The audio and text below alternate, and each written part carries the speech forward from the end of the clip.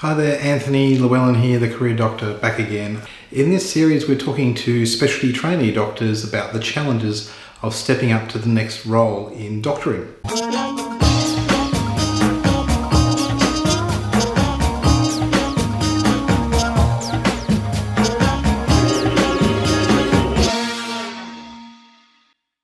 In this series, we're talking to specialty trainee doctors about how they manage the sometimes tricky transition to what we call a registrar role here in Australia.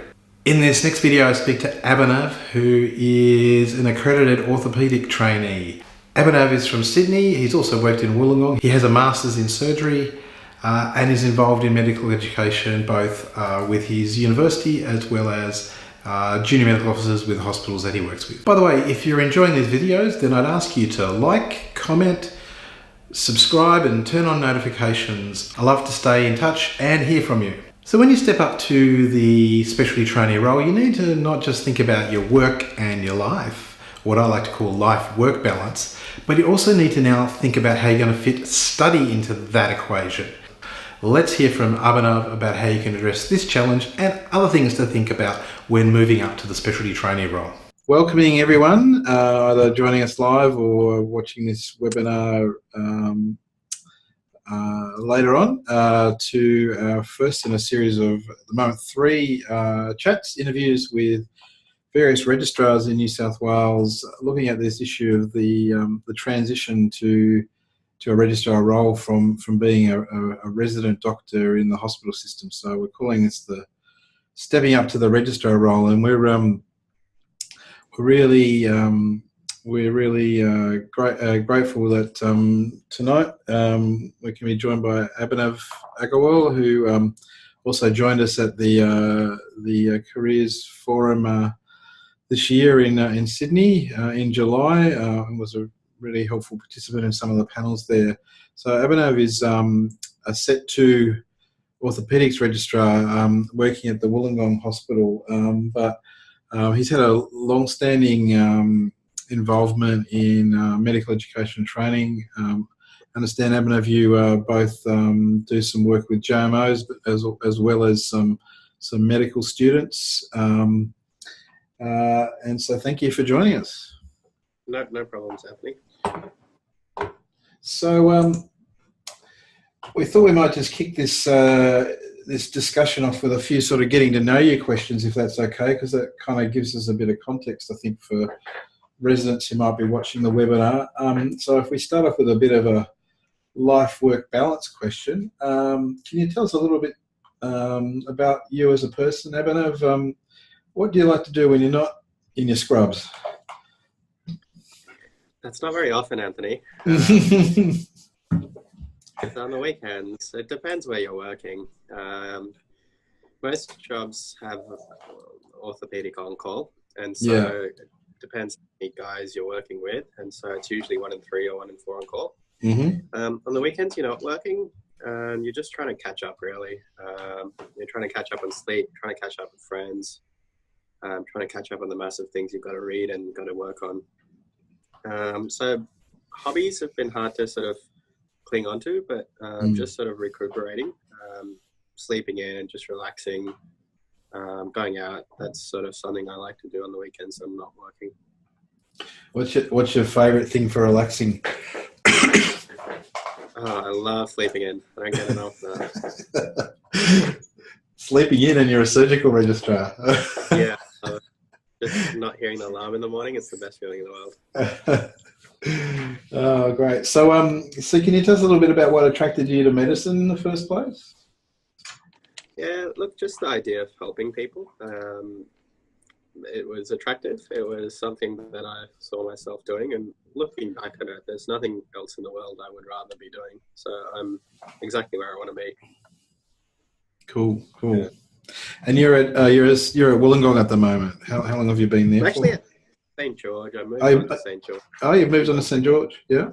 Yeah, we rotate terms every 6 months usually, and so I was in Wollongong earlier in the year, and then about halfway through the year we move on to another term, and similarly next February I'll move on to Concord. Cool. And of course that's quite common in training networks, isn't it? Can you tell us a little bit more about how that sort of network stuff works?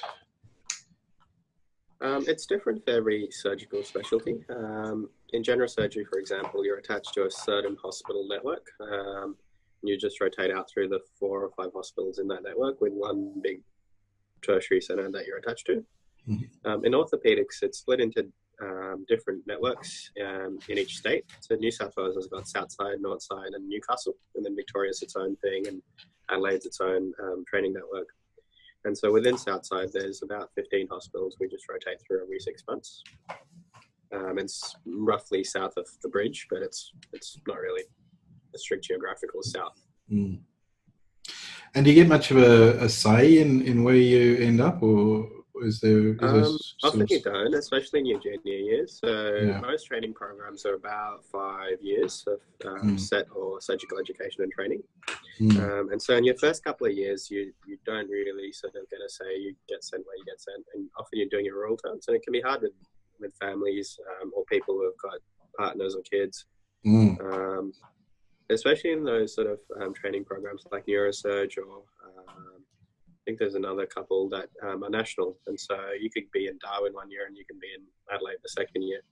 Yeah. And so I think that's quite a hard thing for most people to adapt to. You sort of just get used to it, moving around. Yeah, yeah. Do you get much advance warning, or is it?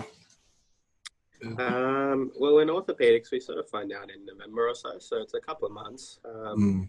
I don't have a family or kids or anything, and so it's easy for me, but those who do, it would be quite hard to just adjust to schools and adjust to where they're going to live. Yeah, particularly if your spouse has got a career as well or something like that, would be need a bit of planning. That's exactly it, yeah. So that's one of the hardest things, I think. Yeah. I think it's something to consider when you're sort of thinking about which specialty you want to go in, I guess.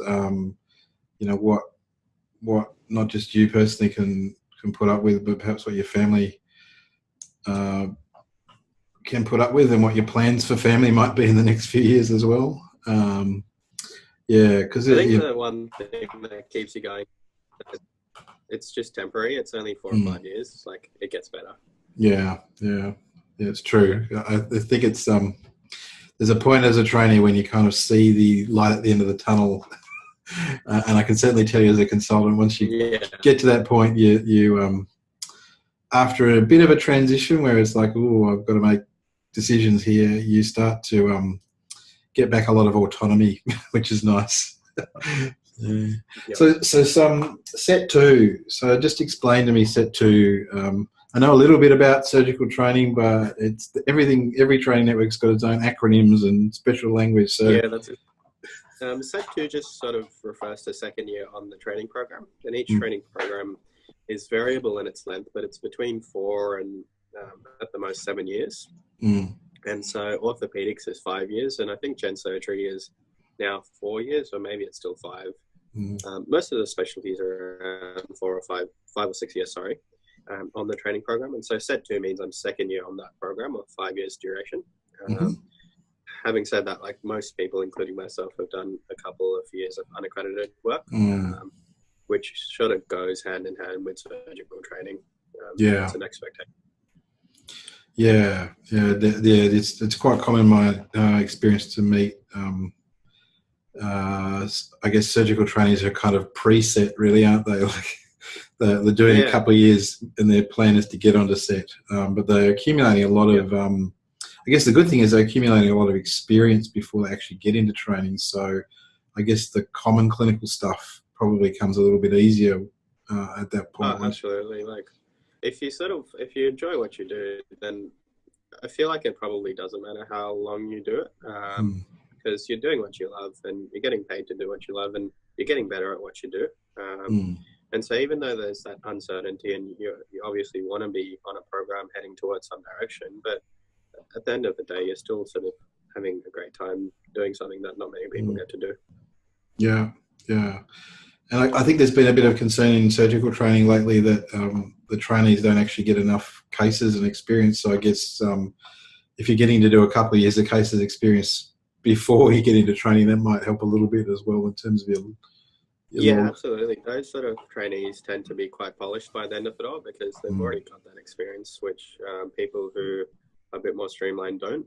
They've got to build it up sort of during the program or once they're done.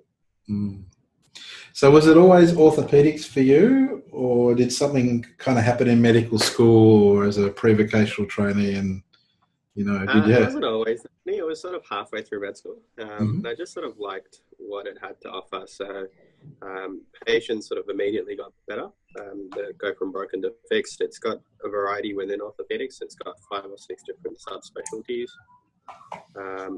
It's not sort of that complex patient on the ward that you have to manage, like Gen Surge, who've got a heap of things going wrong with them, or vascular. They're simple, straightforward patients on the whole. And it just seemed like a fun thing to do. Like I had a really good time. Yeah. So it wasn't always like that, but it was sort of halfway through med school. Yeah. So you're not the sort of person who likes banging things together in their spare time in their shed, that sort of stereotypical... Can you catch a rugby ball? Look, I played rugby for like a year at school, but not really. So there you go. You don't have to be hugely proficient at rugby to be an orthopaedic registrar. No, that's a stereotype. Yeah. Great. So tell us a little bit about. I guess you've described a bit of a lengthy journey to becoming a trainee, but perhaps if I get you to focus on your first job as an unaccredited reg.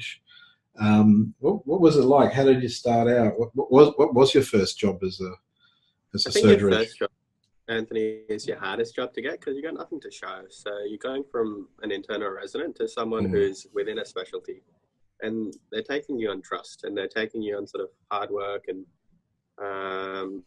your enthusiasm, which is not a lot to go on. And so I think that's the hardest job in some ways to get, which a lot of people struggle with. My intern and residency was done at Liverpool Hospital, and I was a med student there as well. So I'd been part of that department for a long time. And I was lucky that they sort of took me on as a junior reg, which they didn't really do at that time. And from there, I sort of had a good time, went on to get my second job, which was a lot easier to get than the first job, and then got on the program from there. Cool. But I think being at the hospital, where you're an intern or a resident, is often a lot easier than going to somewhere new because all they've got really is references and how you do at the interview. And for you were basically, I guess, going from one day as a resident to showing up the next Monday and I'm the junior reg, but it's the same place, same smells. Almost the hardest thing in I've had to do. So that 2 or 3 months was really difficult. But that's the whole point of it, to just challenge yourself and do something you're not comfortable with so you get better. So what was your first junior reg role? Just orthopaedics or at Liverpool? Or? Yep, orthopaedic reg at Liverpool. And what do you remember those days? What do you remember about the first few weeks? I was really lucky in that I had people surrounding me, other registrars, who were very supportive and very helpful. And I think it's important to remember that when you go through your training, that just as you are supported as a junior registrar, you need to support your junior registrars. And so they just showed me the way. They were always available, just to ask what to do in that situation. And it was just a lot of taking your time, knowing that you're going to be late home because you're going to be slow at your job. That's okay. And just sort of looking at a patient, quickly flicking through your iPhone or, your book, your handbook, figuring out what to do, and then just trying to make a plan and have a chat to the boss from there. And after 2 or 3 months, it just became a lot easier. It was just repetition, pattern recognition. So would you say it was a big step up, or do you just kind of have the chance to sort of understudy the role when you're a bit more junior? Yeah, look, if you're interested in a particular career and that's what you want to do, I think as an intern and resident, just try and do as much as you can of that. Keeping in mind that you sort of still don't want to be too focused. They're your general junior years. You still want to have those general skills, but make an effort to try and transition into that next role. And so when I was a resident, I sort of came in on the weekends just to help out. in particular cases I knew I was going to be sort of unsupervised for the next year, I try to get into see or do. An example of that is a supracondylar fracture in an elbow in a kid. That's one of the orthopedic emergencies. And so that was something, you know, I came in like 5 or 6 times on a weekend just to see a kid's elbow being wide, just so when I was a registrar the following year, like I wouldn't be completely out of my league. And just, you know, showing that interest, even if you're in other terms, turning up to the meetings that that your department's running, trying to do research with that department, and just flagging early on that that's where you want to be, so that when interview time comes, you're not just a foreign face. You're someone who they've seen routinely, who they see is interested, who comes in on the weekends when nobody else does, you know, who just makes that effort. And, you know, adding to your CV is useful. I think a CV is something everyone needs to develop. But I think the most important thing is sort of your references, and putting in a lot of hard work is probably the only thing that really goes a long way for that.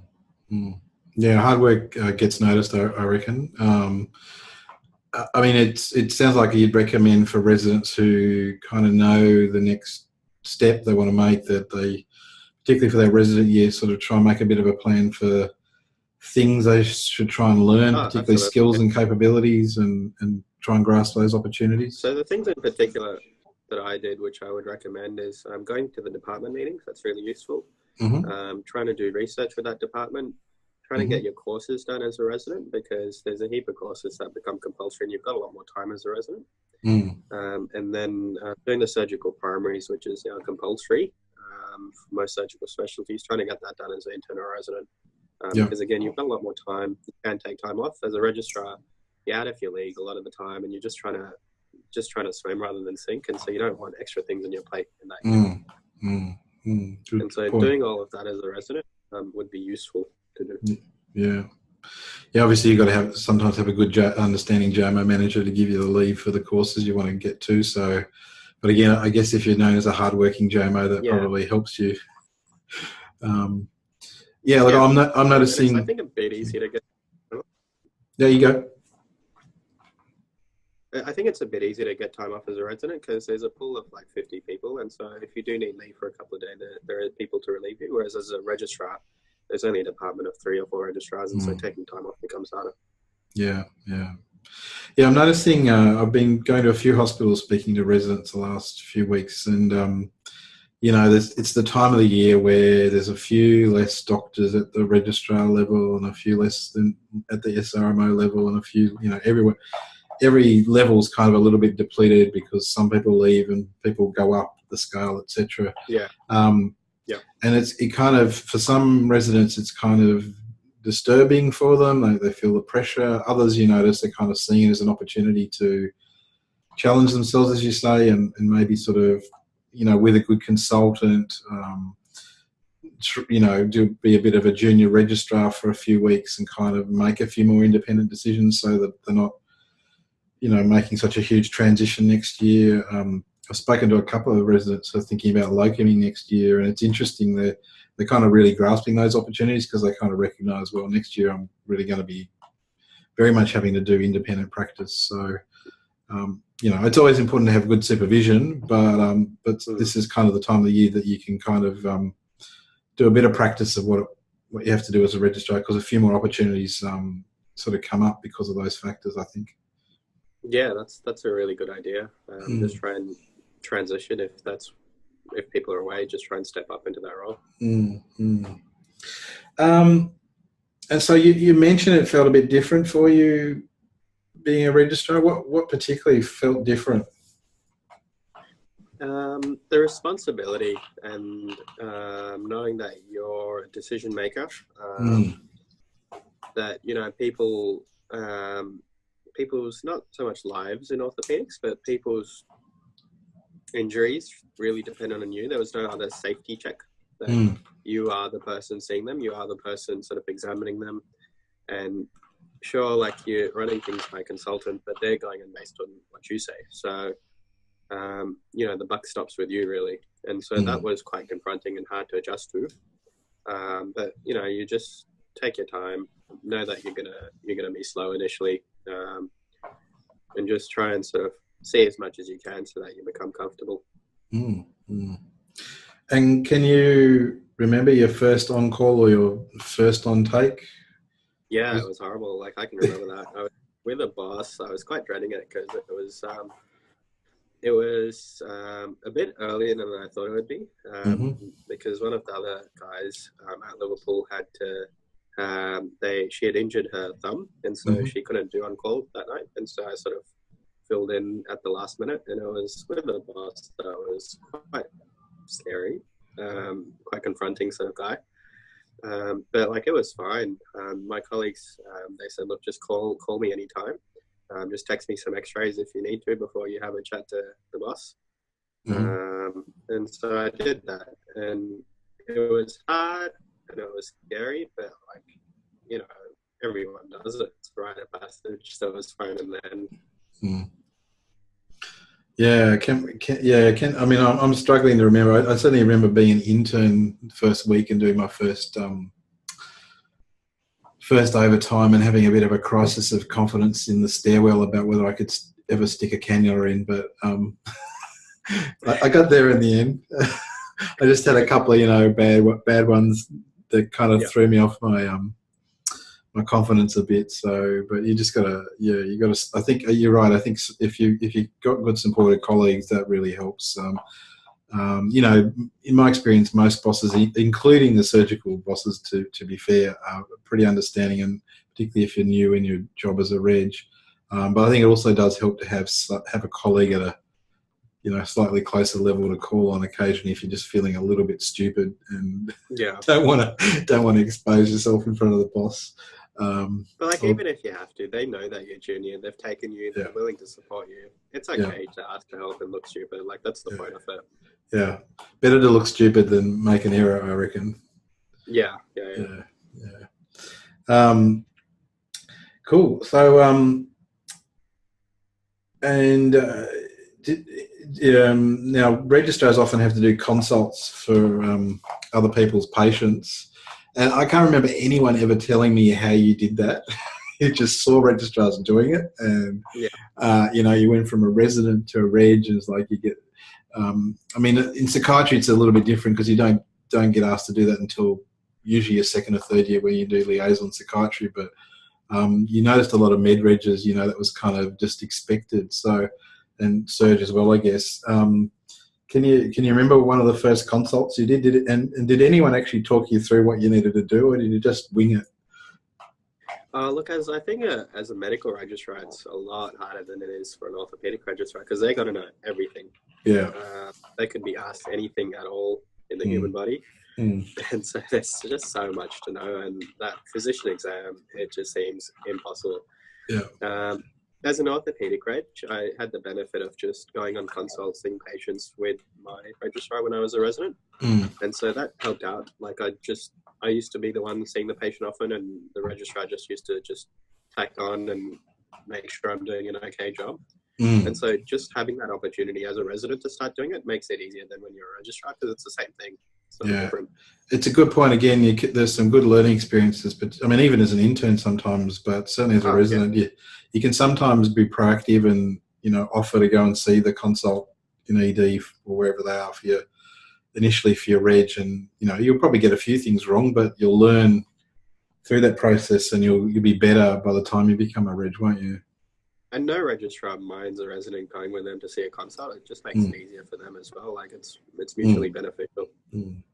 Yeah, so, you know, maybe, but as you say, maybe when they've got a bit of confidence in you, to see if you can even go and see one on your own first off, and challenge yourself, and then get them to review what you've done is a good point. Yeah. So one of the benefits of being a registrar usually is you get some JMO minions to work with. So, but again, no one, well, possibly these days we do, but certainly in my day, no one really kind of gave you much of a talking to about how you should approach delegating to junior medical staff, or what the right things to do were, and what to watch out for. Did you have like an approach to that, or how did what did you do with your first junior doctor under your care? Teamwork is something that, it's hard to just develop overnight. It just comes with time, I think. Just the idea of coordinating a team and having everyone on board and making sure your patients are all managed well. At the start, as a junior reg, it's hard to do because you weren't a resident that long ago. And so you're relying on your senior reg and, what they bring to the team. And you sort of model yourself around the good ones. But I think just managing junior doctors is it's really rewarding. Like just being able to teach, being able to have a chat with them, appreciating hard work, just as you were when you were a resident or an intern. Just trying to be what you remember of all the good registrars that you had as a junior. Just trying to do that. And I think teamwork just comes with time. Like you just develop a routine, something that you like to do, whether it's rounding in the morning quickly and then having another chat at the end of the day, or, whatever you like to do. It's just something that comes with time, but it's quite rewarding, I think. So, I mean, one of the issues when you step up to the registrar role is usually your patient load doubles or trebles or whatever. When you're an intern or resident, you might have, I know, it can be quite huge sometimes, I know, but often it's around about 12 patients to manage, maybe a few more depending on what sort of term you're on. But then you come a reg and you've got 30 or 40, and you obviously can't see all of them yourself every day, so you have to delegate. Any kind of tips for how to go about delegating and particularly sort of how far you can let other staff go on your behalf? Yeah, it depends what level registrar you're at. Like I think as a junior registrar, it's a bit different as a senior registrar. I think the buck stops at the registrar level though, and so you've got to be really onto what's happening with your patients because you're responsible for managing them. And so it really helps that if you've got like a team that works well together that you can trust. And so delegating becomes easier if that is the case. You can do a paper. What I do at the moment, there's one person away this week. And so this week's been quite busy for us. What I've done in the morning, because there's only 2 of us left out of the 3, is we come in the morning at 7. We do a paper round of every patient that we have, what's happening with them, what their bloods are, what their plan is. That takes us about half an hour. And then at 7:30, I sort of peel off to get theatre started, whereas my junior registrar actually does the round. And so I delegate that to him. And then at the end of the day, we catch up again and see what's been happening. And throughout the day, we're sort of just communicating on our group WhatsApp. And so delegating in that situation just means that the whole ship can still run. But it involves sort of just still keeping an eye on things, trusting everyone, making sure the patients are okay. So I'm pretty tech savvy for those people who know me, and I was aware of this thing called WhatsApp, but I hadn't ever used it until this year when Neil Gobin suggested using it for the advanced med careers planning group, and then I've discovered there's this big trend in using WhatsApp to communicate amongst medical teams. So talk me through that. What? We've got a WhatsApp group. We've got 2 or 3 things for every term that I've been to. We've got a WhatsApp group. We've got a Google spreadsheet, which we've got all our pending cases. They're the main 2 things we use to communicate in most of the terms I've done. It just means that like if you everyone's on the same page. If you say something to one person, everyone else can read it. The update is available to everyone. It's not just calling one person and then relying on them to spread the word. So just makes communication a lot easier. Yeah, so it's more efficient than text messaging and emails, the dreaded emails, I guess. I don't think anyone uses emails anymore. No. Although, word of caution and warning to all the junior doctors watching this webinar, just think through your practice with these things, because whilst WhatsApp is I guess technically a closed group, I guess it's within a system that's open, and you need to be careful about what you say, what you put there. Yeah, absolutely. I think hospitals are kind of catching up with this BYO technology device stuff, and probably should be thinking about giving some regular sessions about social media awareness and pitfalls, etc. So yeah, it's disruptive and it's good, I think, but you just need to be careful too with it as well. Yeah. Yeah. Yeah. So, and what about managing your own time, Abhinav? What tips have you learnt for good time management? Just trying to be really efficient in the time that you have. So I try and multitask. I try and do things quickly rather than just dragging them out. Mm-hmm. And I sort of try and time manage as best I can. And so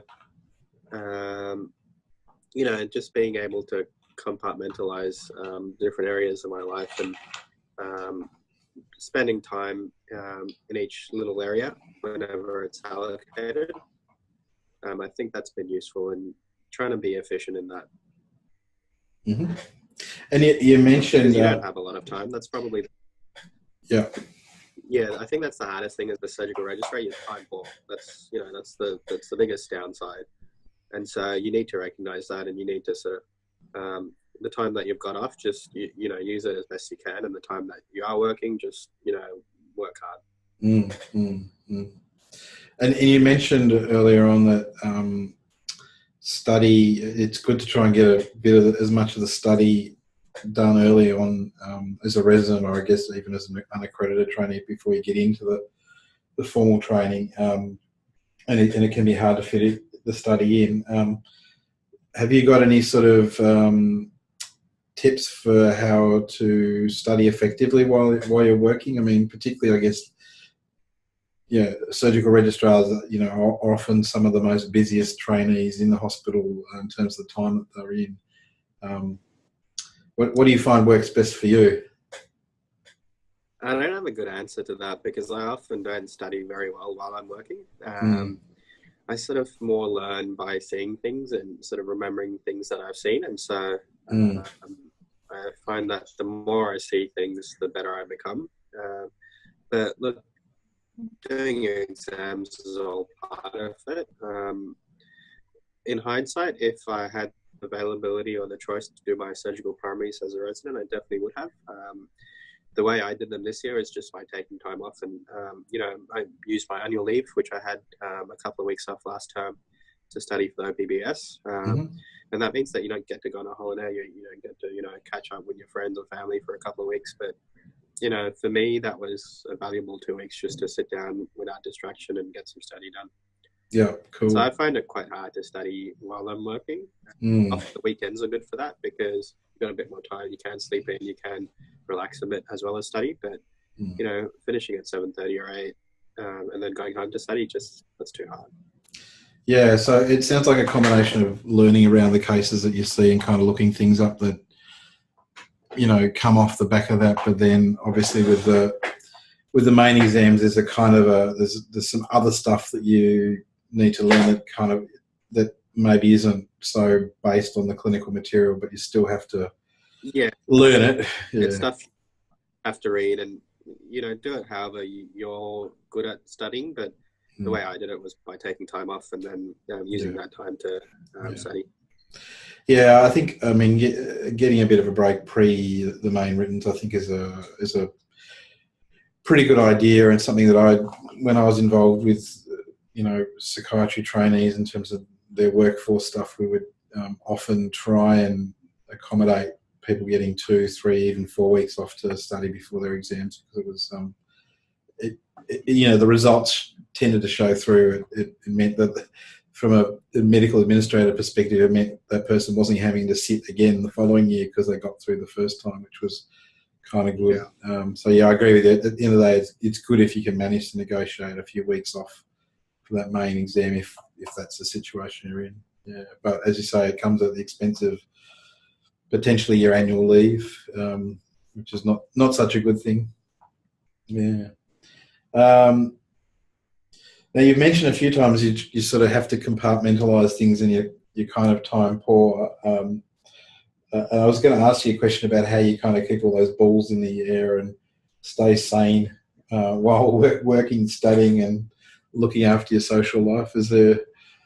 It sounds like part of it's kind of focusing on the end goal, but are there any sort of other things that keeps you going through that? Having a good social network, a support network, and that's something you often can't choose. It's you have what you have. But I've been really fortunate. I've got a really supportive group of friends and family. Like a couple of days ago, my car sort of was breaking down. Like there was 2 or 3 lights that had turned up on the dashboard, and I just told my dad, "Look, can you go in and get it fixed?" And he did, and I just took his car, and that was amazing. Like, not having to worry about those sort of things has been really useful for me. Yeah. You can't often choose that. You have what you have. Yeah. But I think that is important if you do have it, just knowing that it's a difficult situation you're in. You don't have a lot of time. You don't want to spend that free time worrying about your car or worrying about other things. And so if you can ask other people for help, that's useful. And then if you can't, though, but just do the best you can and know that it does get better. Yeah. And I guess I agree, a good support network is vital.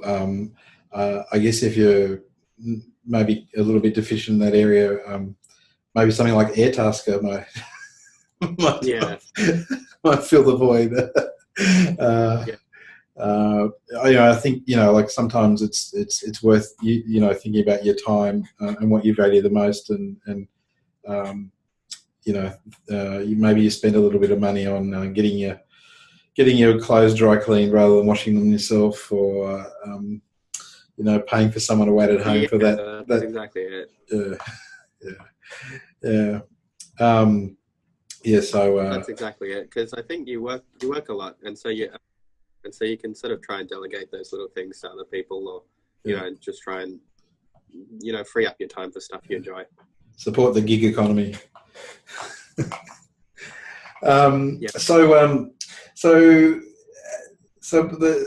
the next thing I wanted to ask you a little bit about was the bosses. Now, again, I think unfairly in surgery, the bosses have a bit of a reputation for sometimes being a little bit difficult. And I think that's actually not the case in the majority. But in every specialty, you kind of do occasionally encounter a boss who's being a little bit difficult. Have you got any sort of any thoughts around how to deal with bosses that might be a little bit hard to get on with, or different styles of bosses, that sort of thing?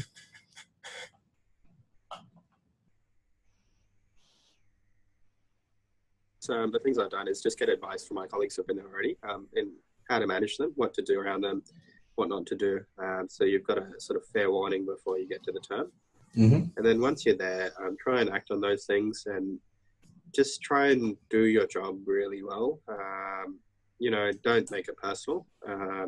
Just do your job, and that's it. Like, if they criticize you about your job, just do that better.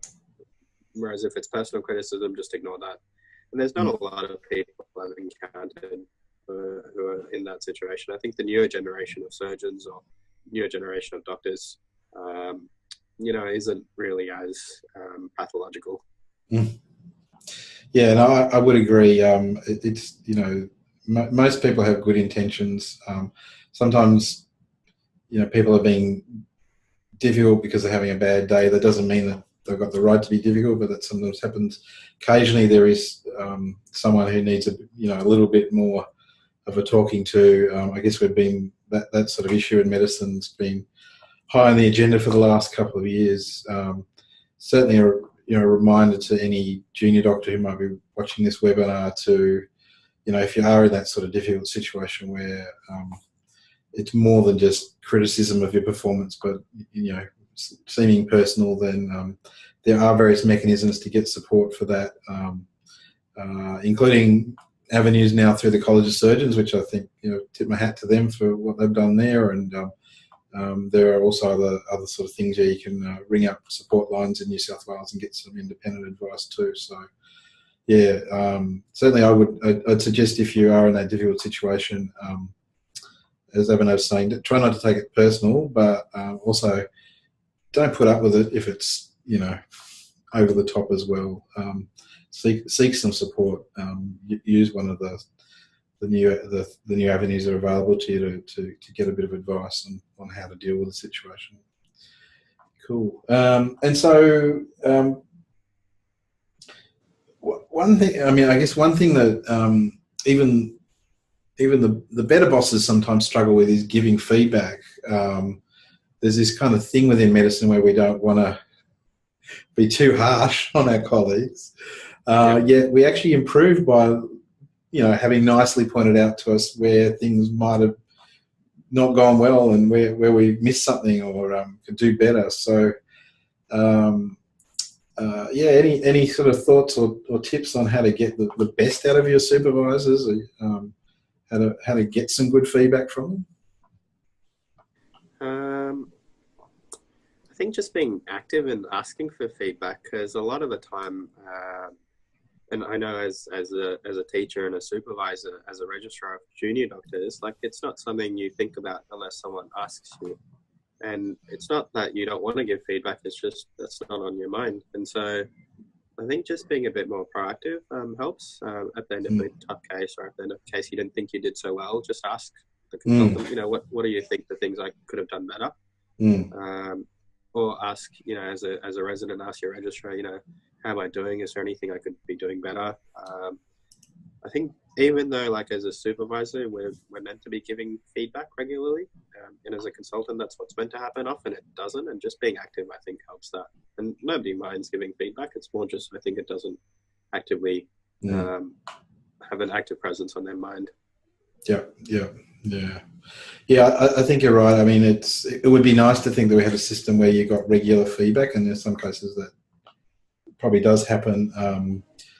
Often, I mean, we know from the medical literature, often the supervisor, if you ask them, will overinflate the amount of feedback that they think they've given, and also if you ask the trainee, they tend to underestimate the amount of feedback they've received as well. I generally find, I mean, there's this concept in trainees where we should try and establish what's called a psychologically safe space so that they're open to feedback, and that is important. So that's about that trust in the relationship with the supervisor, and things like, having, maybe a regular one-on-one so you can talk about sensitive issues or just give feedback without other people hearing it.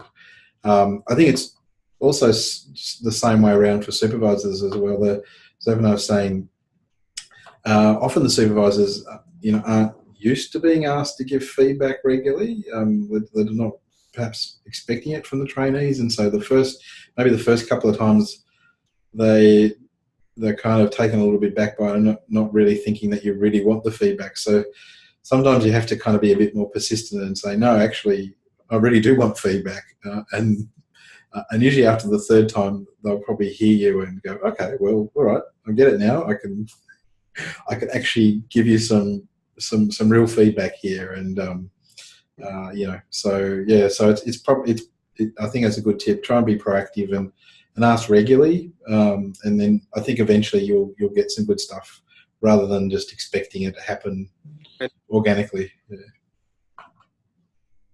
And don't be disheartened by criticism. Like, that's your opportunity to be better. Yeah, absolutely. That's what you're asking for, to be better. Yeah, exactly. I mean, we learn more through our mistakes, and we're usually our worst observers as well. We don't see things that we're doing poorly, whereas others tend to. So it's really important to sort of ask for that. Yeah.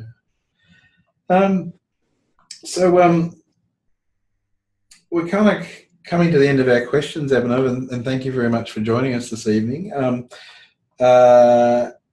Before we wrap up, though, we know a lot of the junior doctors we worked with earlier this year in the workshop were successful in their applications for trainee roles, and congratulations to them and well done. That's all fantastic. I remember when I was a resident, I got my psychiatry training position in, I don't know, October or something like that, and I had a bit of a celebration, and I'm like, yeah, I've got where I wanted to be, and this is all great. And then there was kind of this period where, I'm still a resident. and I've got to like do another term and a half, including emergency medicine, which I don't really like. You know, so it can be a bit of a weird time sort of serving your residency out when you know what the next thing is coming around the corner. Any advice for people that might be in that situation at the moment where they just want to fast track to the next phase of their career? Just use that time, I think, to get that experience. Like if you're doing ED as a psych trainee, then I would have used that opportunity in ED to see all those patients that needed a psych review, and you know, just started to transition there. And so it doesn't matter what you're doing in your next term as a resident, just try and like spend that time trying to do what you're going to be doing the following year. One of the consultants sort of once told me, you know, imagine yourself 2 years ahead of AR and just aim for that. Like if you're a resident, think of yourself as a junior and just start trying to like think that way and start trying to act that way. And that way it's easier when you're actually there. Yeah, absolutely. I'd agree with that sentiment. In fact, I think it's a good tip for approaching exams, particularly clinical exams as well. It was a tip I was given by a colleague and a mentor of mine, that you want to approach any transition as if you're kind of already at the next stage and know a little bit about what you're going to look like and be like at that point. Sort of, you know, be planning for success, basically. It's not, you know, we're not sort of saying be hugely overconfident and a cowboy about things, but if you kind of thought about what it looks like to be the next thing in your career, it's going to make you want it a bit more, and it's also going to make you, often in these situations, whether it's an interview or a college exam, part of the assessment is about whether you, you know, stand up to the criteria of the current people. You know, like for a college exam, you know, do you talk like a fellow? Do you act like a fellow? Do you dress like a fellow? So if you've got that mentality about you, then it's going to really help you get through those sorts of transitions. Yeah. Cool. So and so look, thanks again for joining us tonight, Abhinav, and thanks for donning your theatre scrubs for the effect. Did you have? But just wondering whether you had any final thoughts for our viewers. Look, the interview in particular is, I think, sometimes quite daunting, as we sort of discussed earlier on in the year. There's three things that I think define your career: the interview, your references, and your CV. Certainly in orthopaedics, that's all it's about, those three things. And so your CV is something you can just keep plugging away at. Your referees, often you can't choose. It is what it is, and it's based. Interview is something you can prepare, and you can sort of think about earlier on. And so I know the interview sort of season's already sort of over, but even for next year, just start thinking about some of those questions. And the more you do your job, the better you'll get answering those questions, because it'll come with experience. Yeah, cool. Yeah, and if it's a good point. I think look, a lot of people kind of leave things a little bit to the last minute, but there are a few things if you sort of, you know, if you're going to be if you're an intern this year and you're thinking about I'm a resident next year and the year after I want to get into a specialty position, well, there's a few things you could be thinking about doing now. One of which is Abhinav's that is thinking about who your referees are going to be and approaching them and lining them up. And the other thing is, you know, start putting together your CV. Look, this is the time now when you're going to be able to see the gaps and actually do something about it. Whereas if you start to pull it together in sort of May next year, well, it is what it is. It's a good reminder that we've commenced a course on writing a CV for medicine for medical trainees with the academy. It's kind of in development at the moment, but you can certainly sign up for it at the moment for a very low cost, and it'll definitely be available for early next year for trainees, possibly a bit earlier, but we're aiming to sort of complete it for January so that people have that available to them as well. Cool. Well, again, thanks very much, Abhinav, and I hope you got any more cases tonight, or are you heading home? life.